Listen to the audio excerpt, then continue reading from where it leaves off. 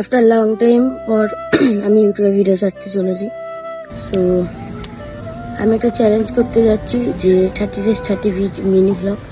So তোমরা কমেন্টে বলো যে আমি 30 days 30 ভিডিও মানে করবো কি না।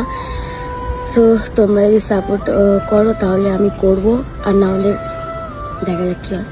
সো আজকে দেখতে পাচ্ছ কত মেঘ করেছে শুধু আছে।